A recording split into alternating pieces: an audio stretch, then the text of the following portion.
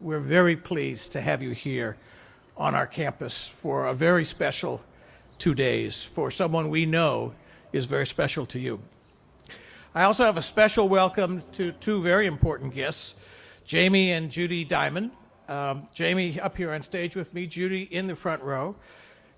Harvard Business School class of 1982. Met here and had a transformational experience and have been together as part of that transformational experience ever since. We're thrilled to have you back, and we'll hear from Jamie later on, one of the leaders of an American institution that has truly shown he's a leader who makes a difference in the world. Ladies and gentlemen, please join me in welcoming our 2009 Classic Speaker, Chairman and CEO of JP Morgan Chase, Mr. Jamie Dimon. Thank you very much. I just want to make it absolutely clear, I left Citigroup 10 years ago. Okay? So good afternoon, everybody. Section I. Thank you. You know, I was listening to you guys talk about your school experience when you first got here, Legos and bean bags and stuff like that, and we didn't, it sounded more like kindergarten to me, and we didn't have any of that stuff. We were right down to business. And Dean Light, Joe Badaracco, they were both teachers of mine, by the way, fabulous and outstanding teachers. Joe Badaracco, by the way, I know he's very good. I know he ranks very high when you score him every year, but the year that I was here was his first year, and we taught him how to teach. So I'm sure you all had some first-year teachers, and you can torch them just a little bit. Parents, friends, HBS graduates, we're very proud of you. My wife and I both graduated from here, and we both loved it here. And my daughter, Julia, and her now fiancé, as of last Sunday, are both coming here next year. So I know they'll enjoy as much as we did. It is a well-earned. You should feel great about graduating this school. It is well earned. It's not just the 2 years here, it's years of hard work. It does come with some very, very deep obligations I'm going to talk about a little bit later.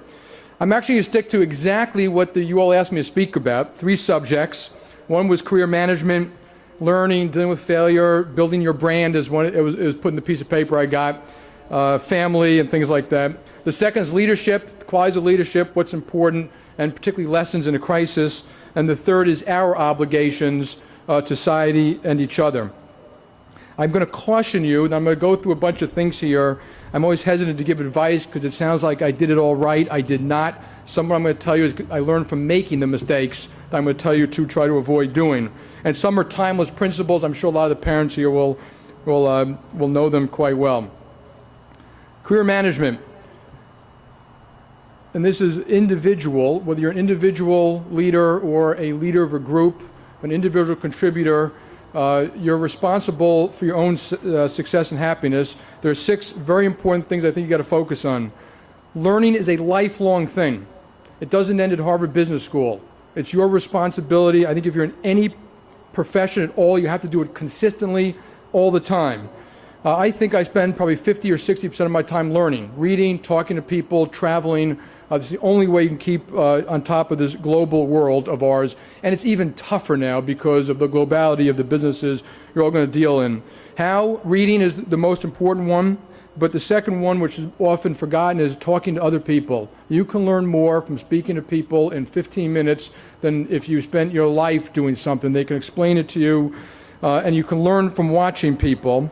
You also are going to learn by, I'm going to call it imitation, but by watching other very good people and how they operate in difficult circumstances. I learned a lot of things what not to do and a lot of what to do by watching other people. Number 2, building your brand. It's a Harvard Business School way to put it, but let me put it a slightly different way. There is already a book on you. That book is already being written. And if I spoke to your teachers, your friends, your professionals, your parents, I would know whether you're trusted, how hard you work, whether you're ethical. I would know so much about you, you'd be shocked. I don't even have to meet you. So that book is already growing. You write the book you want the way to be written. You actually have that choice, and you can do it as you want now. Don't let others write it. And when you get caught in situations that you're uncomfortable, I remember I worked at a company not far from here, And I remember I was asked to do something I didn't want to do. I'm not telling you all to take this advice. You can always quit. It's your responsibility whether you accept to do something or not, and it will be in that book written on you. 3, how do you deal with failure, making mistakes? Many of you already have dealt with some very difficult times, so this is no different than some of you already dealt with. When you fail, it's okay to get depressed. It's okay to cry. It's okay to go home. It's okay to blame others for a while, but eventually you have to get over it and move on. The greatest people who've ever walked this planet, and I'm not talking about business people, I'm talking about people like Nelson Mandela and Abe Lincoln, constantly had setbacks in life and failures. Constantly. It happens all the time in business, and some of your success will be how you deal with the failure, not how you deal with the success. When I get introduced, I always get introduced that 1998 I was the president of Citigroup, and in 2000 I took over Bank One. I was fired in 1998. So I went a little bit of experience like this, and it's a painful thing. My boss, who had worked for 15 years, called me in and said, we want you to resign. To which I said, okay. I went home, I told my wife and children, I called my wife up and said, Judy, I'm going to tell you something, I'm not kidding, because I always make jokes about things like that. But I wanted to make sure the kids were fine. I went home, I have 3 wonderful daughters, they were much younger then. I said, the youngest one said, Dad, do we have to sleep in the streets? I said, no, hon, we're okay. The middle one, who just graduated Barnard, said, Dad, can I still go to college? I said, yes, dear, you can. And I knew things were fine when the oldest one, who was going to Harvard Business School, said, Dad, can I have that little cell phone you have? You won't be needing it. I remind people, when you fail at something, I told people about Citigroup as my net worth, not my self-worth. And I was able to move on, and yes, it was difficult. I did call my boss a year later. He did not call me. I called him and said, it's time to break bread. We went to lunch together. I told him that I didn't think he did the right thing for Citigroup, which is pretty obvious at this point. But I told him the mistakes I made. And whether it was 40, 60, or 60, 40 wasn't important. I wanted to learn from the experience and move on. He acknowledged my mistakes. You had better be a little tough in this world of ours, because you will be criticized when you take jobs of leadership, and almost any job. And so you have to grow a little bit of a thick skin. At one point, when Secretary Hank Paulson, Secretary of Treasury of the United States, was getting a lot of criticism, and Tim Geithner, about some of the things they were doing in a very difficult environment, I called them up and read them a Teddy Roosevelt quote, which I hope you should all remember, or took all the students here. And it was something like the following, that the credit does not go to the critic in the stand.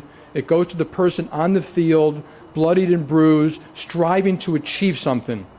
And I think that that's very true, so that when you get the criticism, let it go off your back. And I think we should remind ourselves, when it comes to mistakes, a lot of what's going to happen in the next 25 years to you, it's not just your skill, there's luck involved. So don't get too exuberant when you do well, and don't get too depressed when you don't. Number 4, to thine own self be true. You have to fight self-deception. Human beings are experts at it. I do it all the time. It's one of my favorite things to do until people bring me back to earth.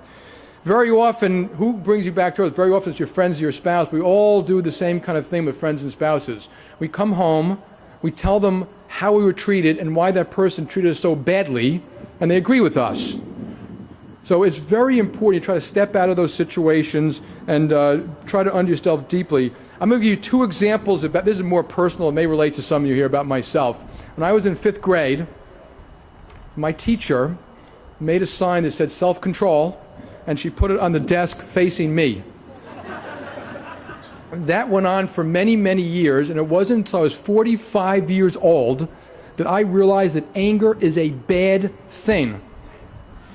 And that people used to say to me when I was younger, that was a well-placed blow of anger, well-timed and well-delivered. It was never deliberate. It was just a welling up of anger. Usually I had to apologize. In fact, at one point, someone gave me a box of cards, which all I had to do was fill in the day. And the card said, hello, my name is Jamie Dimon. I'd like to apologize in advance for my behavior on the day of X.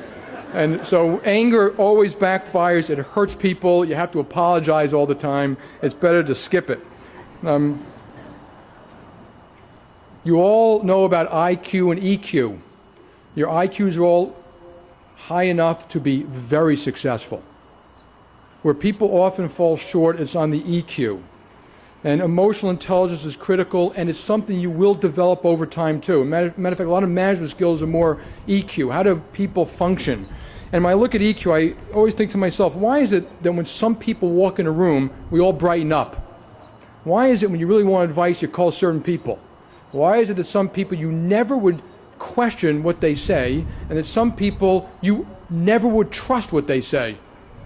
And those are emotional skills and empathy, but you're a human being. You have these other things that we all have to develop all the time and work at them all the time. And they're things like passion, work ethic, character, integrity, and you're the sum of all of these things.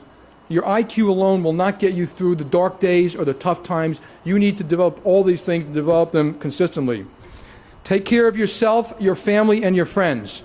You're going to get involved in very high, stressful situations. If you don't take care of yourself physically and emotionally, you will fail. You have to do it. I used to feel guilty when I get in the office late sometimes, late being 8:30 or 9, because I stayed to exercise. Exercise is a good thing. It clears your mind. You have to give yourself vacations and family time all the time. One example I went on vacation many years ago, and like a lot of you, I played tennis in the morning with friends, I ran in the afternoon, we had dinner with friends, and my kids were kind of ignoring me that whole vacation. And the next one vacation I said, no, I'm going to spend only with the kids. Nothing else, no friends, no tennis, and it's amazing how much fun you have and how much time you play with them. There's no such thing as quality time without quantity. So when you have children, don't think you can make up with short briefs of quantity time. They won't get there with you. Leadership, it's issue number 2. First of all, it is an honor, a privilege, and a very deep responsibility to be a leader of a small group or a bigger group. You have to remind yourself, if you make a mistake, and I worry about this all the time, I can hurt a lot of people. And I'm not talking about just shareholders. I'm talking about customers, communities, employees, parents. We have to lay off people. So that's what I worry about every single day. It is personal. I hear all the time that people say it's not personal, it's just business. It is personal. I want to do a great job for this company, this team. I bleed JP Morgan blood. I don't like it when people act, I see this all the time, like it's a third party they're talking about. It is not a third party. I wear the jersey of this company. I want patriots. I want people who are going to fight for it and do the right thing all the time. Do it. It's not what you say. I'm going to say a lot of things here. It's actually what you do. So everything I'm about to say, it's whether you actually demonstrate it in your life, not whether you put it down on paper. I'm going to go through 11 attributes. The attributes are intertwined. You can come up with different names in different ways. The only difference in a crisis, by the way, is which ones are more important. The balance changes. But you need all of these to do a very good job as a leader. You have to be very disciplined. I was not that disciplined. I didn't work as hard as my wife here, and I was a little lazy. But when I started working, you have to be disciplined. Discipline is rigorous, detailed meetings. You do it consistently. You have to have a work ethic. It's like exercising or weeding the garden. You don't get there and stop. And the competition is always coming down. It's continuous improvement. You have to always be striving for improvement. Discipline in a crisis, by the way, we would go from once a week risk meeting to 3 times a day. And from 10-hour days to 20-hour days. That was the only difference. But the process I'm going to talk about a little bit is the same. You have to have great fortitude. I don't know who wrote the book, but they talked about fierce resolve. You have to have fortitude and the ability to act. You can be crippled by politics, bureaucracy, and people who just don't want change. When I first got to Bank One, it was quickly clear to me the company had systems problems, management problems. We didn't treat our customers well. Our expenses were too high. And to survive and thrive, we're going to lay up a lot of people. The board didn't want to make the changes. The management didn't want to make the changes. As a matter of fact, the management said, it wasn't my fault. I don't know who else's fault it was. You have to push back against it. At one point, I cut the size of the board. I went to the management team. We cut 100% of their bonuses the first year. We took away their pension plans, their cars, their clubs. I made a lot of them go with me to every site. We're laying off people and say, we're sorry that we put you in a position that we have to lay off people at this company. You have to have the ability to act. You've got to make a list of what it is and then get it done. Yes, orchestrate it, coordinate it. Don't do it in haste. Think it through, because that will backfire too. But for the most part, people simply don't do what needs to be done. You have to set standards. Standards are not set by Harvard Business School. They're not set by the federal governments of the world. They're not set by anybody. They're not set by industries. They're set by you. There are two types of standards you have to set. First one is performance. If you want to really be good, you have to say it. You have to say, we want to be good and we strive to be among the best. You have to compare yourself to the best. A lot of companies I go to, when we compare ourselves, they always drop the best company. I always say, why is that? They say the best company is different. They don't really compete in the same business. I say, yeah, they're different. They're good. Put the best up there at a very detailed level and say, we want to do it. Analyze why you're different. That includes, in performance, give the customer a great deal. If you're not giving the customer a good deal, you're going to lose. Someone once said, things come to those who wait. Abe Lincoln added, yes, but only those things that are left by those who hustle. You have to set standards of performance or you will fail. The second is standards of integrity. I know you talk about it and you'll learn it. Treat people the way you would treat your parents. That's all. Tell them the product, tell them the service. When they come in the door, say, what can I do for you? If my parents were here, they'd say, you should be treating me a little bit better, Jamie. But set the standards of integrity. It's not embedded in anything. A lot of you worked at companies where people said things, I think it's a code word, is don't worry about it, everyone does it that way. No, they don't. No, they do not. And, set that standard, and that standard's got to be set at across all levels. I've been with a lot of kids who lie on T&Es because they took a cab in, they shared it from the hotel, to a job interview, they split it with a friend, and they both put in 100% of the cab bill of $40. That's stealing. If I caught you doing that, I'd fire you. And everyone in the company knows that. That is stealing. And so the standard is set across the board, from little things to big things. Do the right thing, not the easy or expedient thing. Fourth, you got to look at the facts in a cold-blooded, honest way all the time. At management meetings, emphasize the negatives. You can always have a party about the positives. I used to always go to Hong Kong, party, have a great time. But at management meetings, what are we not doing well? How come the competition is doing better? Emphasize the negatives. Internally, profit and loss statements are very important. Okay? And so a lot of times I get involved in debates about, well, you're focused on little things about how we allocate expenses. It's not a little thing. A lot of companies allocate expenses inside, and the allocation is political, not economic. And that does two things inside a company. It means your numbers aren't honest. In fact, I've been at a company where people say, well, let's move the profits to the part of the company that has a higher public valuation. I call that financial misrepresentation. You're teaching your own people to lie. And that goes on in these companies. So P&Ls are very important that way. Aggressive accounting is the same thing. I'm not going to go through a lot of examples. I don't know if you still have that GE case and the Westinghouse case. Did you still do that one? That compares accounting.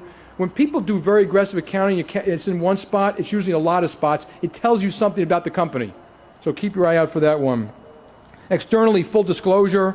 There's only one truth. We try to tell the board the same thing we tell the employees, the same thing we tell the analysts, the same thing we tell employees. The good, the bad, and the ugly, and then deal with it. It's okay. We're never going to do everything exactly right.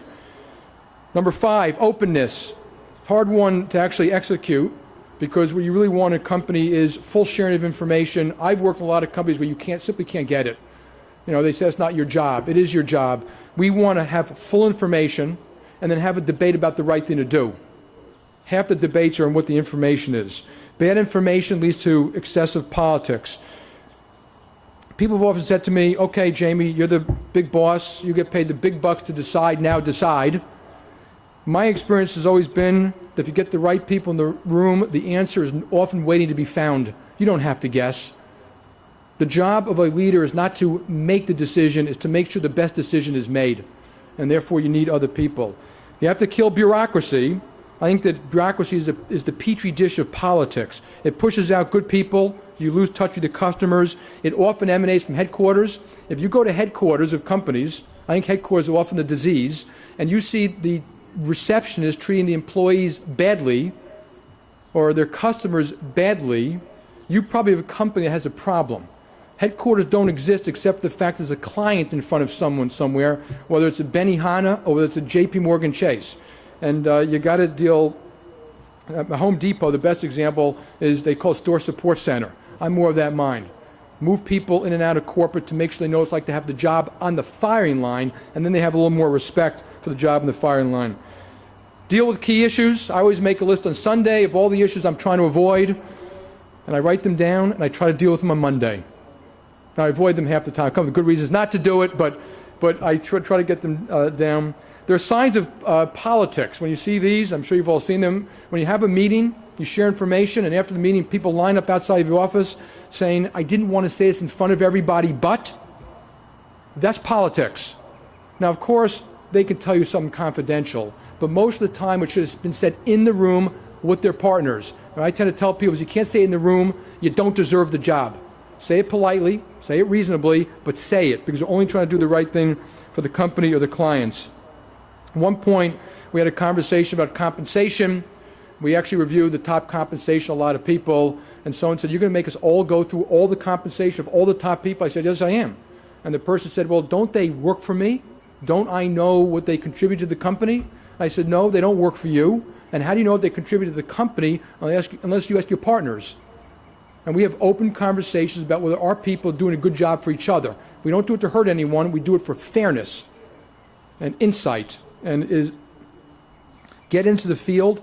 Whatever people say, get into the field, do it all the time, have a little fun. Take the ops clerks to dinner, go have drinks with the tellers. You'll learn more about your company all the time when you do something like that. Cut across hierarchy. When you're in companies, that hierarchy is another disease. Be polite, but hierarchy is generally artificial to start with. Most units in companies all serve each other, and so cut across the hierarchy. Just make sure your boss doesn't fire you for it. Always get the right people in the room. If you're designing a system, have the people going to use the system there. Give them the authority to say, if it doesn't work for you, the tellers or the clerks, then we won't do it. So they get fully engaged in building everything that the company does all the time. And the last thing to open is, someone said to me once, there's truth tellers. Someone stood up in a big crowd and said, every one of you has to make sure that at least one of the people around you is a truth teller. They always tell you the truth. And I got up and said, yes, you got to make sure that there's at least one truth teller around you. But if you are a leader and you have 7 or 8 people reporting to you and you have only one truth teller, you have a problem. Every single one of them should be a truth teller. You have to set things up for success. I'll give you a quick example from my past. When we did the Citigroup Travelers deal, we had multiple tri-heads and multiple co-heads reporting to tri-heads and co-heads. That is a formula for disaster. So organize things that will actually work in the future, not things that won't work in the future. Loyalty, number 7, loyalty, meritocracy, and teamwork, words you all hear. I'm going to give you a slightly different point of view of them. When I was a young CEO, someone asked me, we love the company, but you demoted Joe. You embarrassed him. How can we be loyal to you, which we asked for, which I believe in, when we're not loyal to Joe? And I honestly couldn't answer the question. And I went home that night and I thought about it. And I called the person up the next day. I said, yes, you were right. We demoted Joe. And Joe is a pillar of society and a wonderful person. And yes, we did not want to embarrass him. But Joe was no longer doing a good job. If we were, quote, loyal to Joe by leaving him in that job, we would have been hugely disloyal to everybody else and the clients of the company. And that, by the way, is the hardest job you are going to face, right there. Doing the right thing when it may be removed. Don't embarrass someone. I think it's one of the great mistakes when people embarrass people all the time publicly who've worked hard for a company. That is a terrible thing to do. If you are loyal to Joe and not the company, you do not have a meritocracy. I remind people, we talk about diversity, Joe is usually a middle-aged white guy. So if I tell you we're going to give the best job to the best person, okay, I'm not telling the truth if you don't see me make changes. So a meritocracy is the fundamental part of a meritocracy. And teamwork is often code, and it means get along. Whereas often I think the best team player is the one who puts up their hand and says, I don't agree because I don't think what you're doing is in the best interest of the client or the company. So teamwork sometimes means standing alone and having the courage to say something. I deeply believe in loyalty. Deeply. And I dealt hard with the contradiction about making tough decisions like that. So what is loyalty, if you deeply believe in it? What do we owe employees of a company and each other? Here's what we owe you. We owe you, and I'm going to talk about this a little bit later, that we're going to do everything we can to build a healthy and vibrant company, because that will give you the most opportunity. We want to build a company that's respected by people, because that means you will be respected. We want to give you the training you need. We want to treat you with dignity. We want to give you opportunities. If you fall down, we want to pick you up and help you. That's what we owe you. We do not owe you that job. And that is what loyalty means. Number 8, great mistakes are made in the name of morale. Very often morale to people means writing down words. We're going to treat people with dignity and loyalty. We're going to do all these wonderful things. We're going to hold hands and sing Kumbaya. The road to hell is paved with good intentions. One of my first jobs, I was at a company, I won't go unnamed, that had a terrible morale problem. They spent hundreds of thousands of dollars in a survey to ask to check into morale. I, of course, being a little obnoxious at my young age, said, I could have saved you the money and told you morale was bad. Now, morale was bad because people considered the place political and bureaucratic, stultifying. The management team came up with an idea. The idea was, and they convinced themselves it was a great idea, that they give every employee $300 of restricted stock to show that they care and to give them a vested interest in the company. They gave out the $300 of restricted stock. Months later, they surveyed morale again. It got worse. And I'm going to make a very simple common sense example of why it got worse. And business is just common sense sometimes. If you walk up to me and say, Jamie, your company is political and bureaucratic. I don't like working here. I would never recommend to have a friend come here. And I look back and say, oh yeah? Well, here's $300. What you want us to do is fix the problem. We can't buy your loyalty, and we certainly can't buy your morale. Morale comes from fixing problems, earning respect, and winning. I always remind people, show me a very bad company that loses all the time, I'll show you bad morale. Number 9, treat all people properly, with respect. Treat them all the same, whether they're clerks or CEOs. I find it very upsetting. Someone once mentioned, yes, Jamie, that's true, but you treat them all badly sometimes. But don't treat them well, but treat them equally.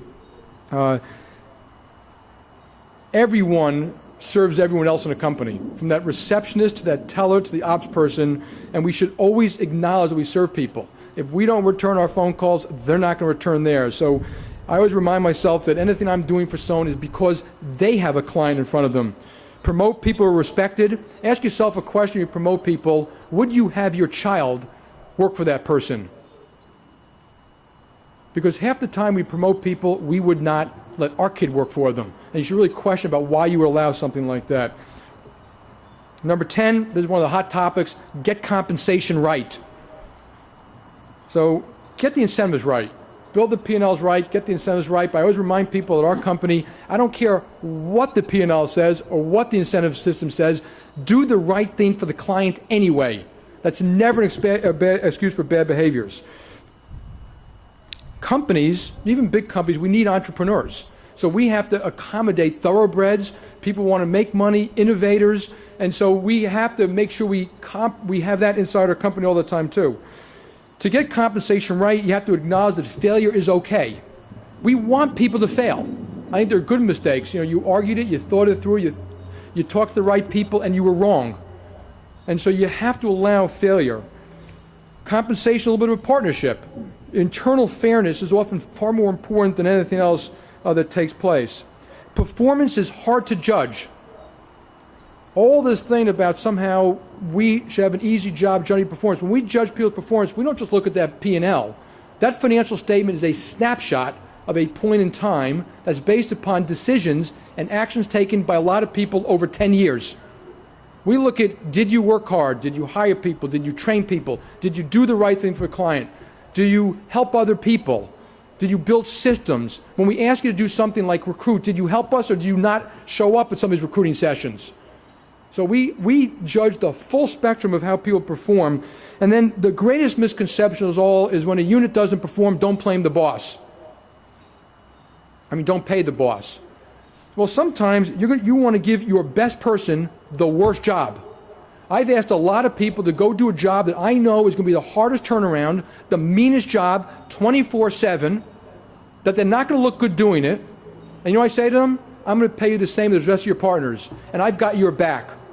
I'm not going to allow the politics inside hurt you. If something goes wrong, we're all going to get on an airplane and come help you. Very often in companies, when there's a problem, people go running as far and fast as they can in the opposite direction. Whereas when we have problems, we want the good people to run us to say, I can help. And we often protect them on comp when they do something like that. Performance also deeply, always ask this question, has to look at the rising tide and the cycles. Don't let that fool you or lull you into a false sense of security. And that's some of what happened in this crisis of ours, which I'm not going to go through here. The CEO is the captain of the ship. When CEOs are hired, sometimes they have a guarantee or a buyout or something like that. I think it's very short, that's okay. When I got to Bank One, I had a 1-year guarantee. I'd hired a bunch of people. At one point in the year, they came to see me and said, Jamie, we can't do the job. They had 1-year guarantees too. I've almost never hired someone for more money, a multi-year guarantee, or a bigger job. I don't bribe people to join the company. If I have to bribe you, I don't want you. You want to come build a great company? Love to have you here. They came to see me and said, we're not going to take our guaranteed pay because we can't do what we have to do and travel around and make these tough decisions. And as they were walking out, they looked back at me and said, and by the way, we don't think you should take yours either. And I think they were exactly right. At one point, you're the captain of the ship, and it doesn't matter anything other than you've got to say, I'm part of the ship, and I will be paid with it or not. You should be the first to pay a price.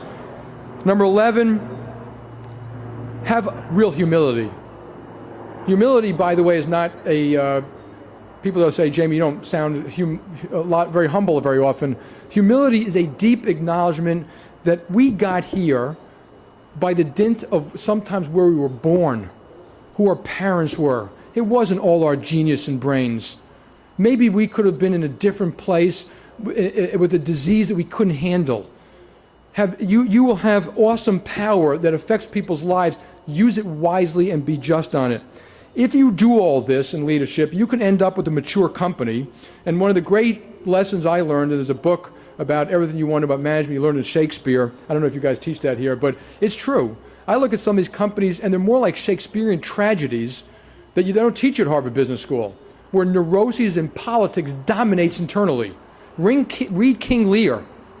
That's what it looks like to me half the time. And what you want is a mature company, and the mature companies, and I can name some, Walgreens, Toyota, Tata, Nokia.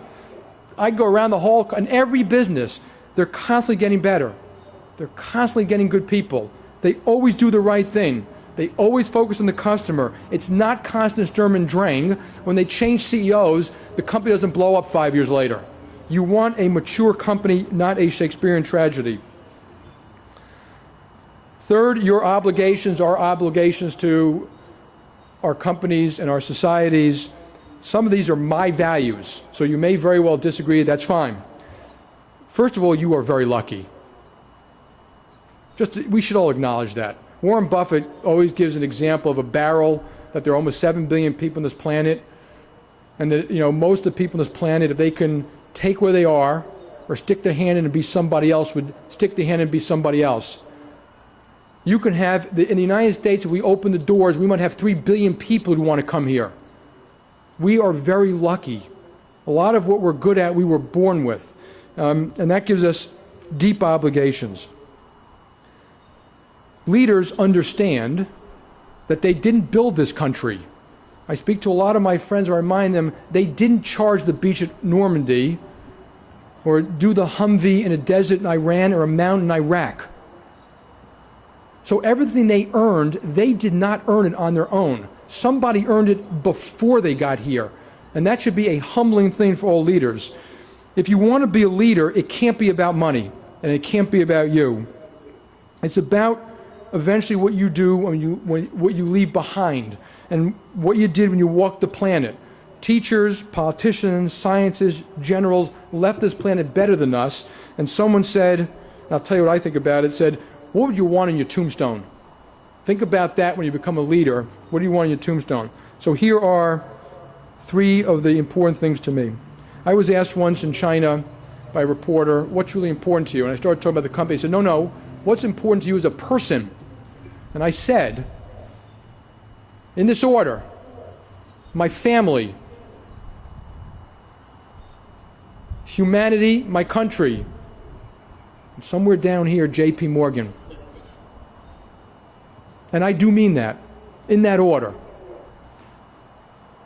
And I'm going to explain why.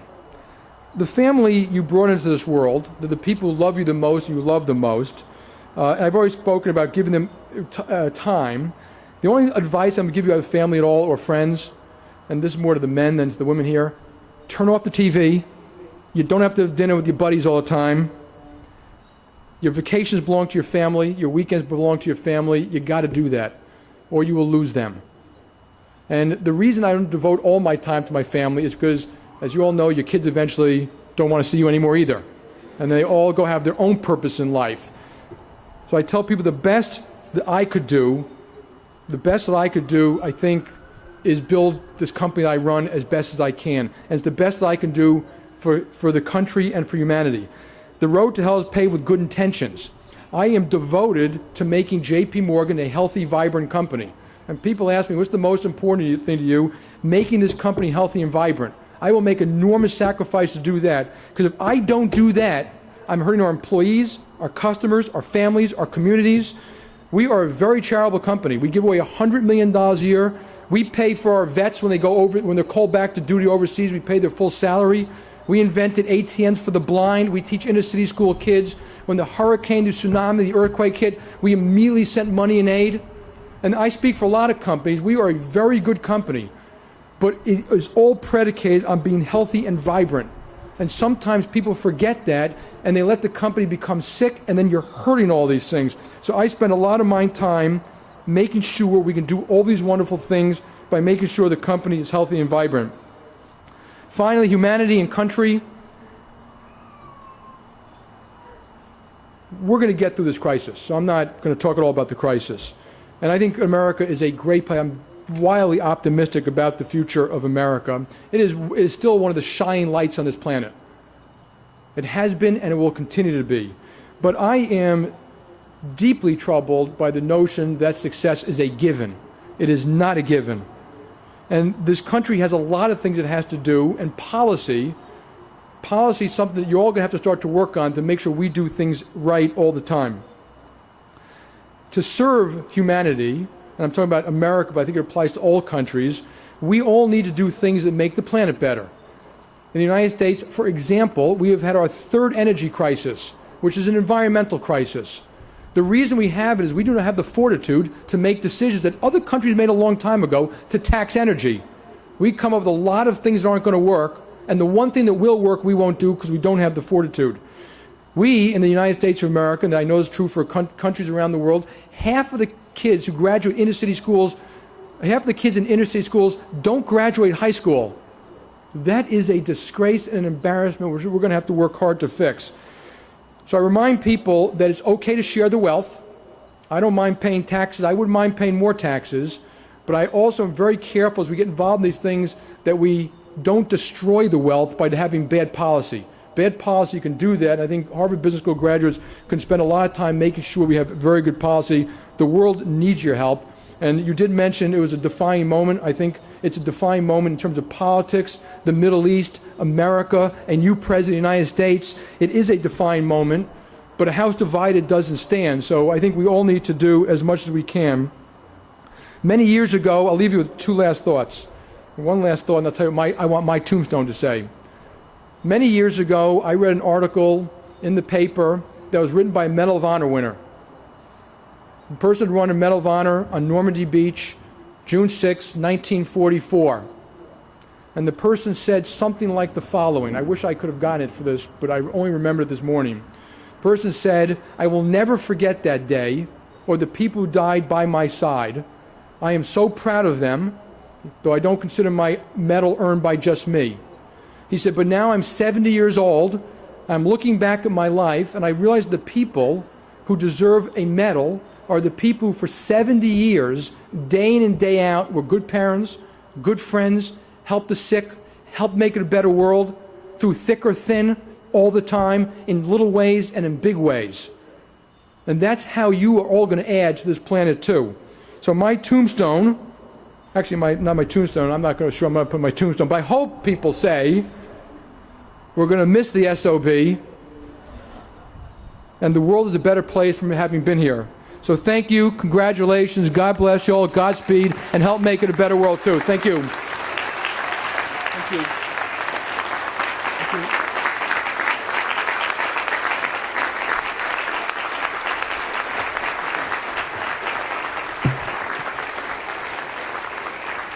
On behalf of the class of 2009, Mr. Dimon, we would like to thank you for choosing to be with us here today and for being part of the celebration. So please accept this as a token of our appreciation. Thank you very much. Yes, sir.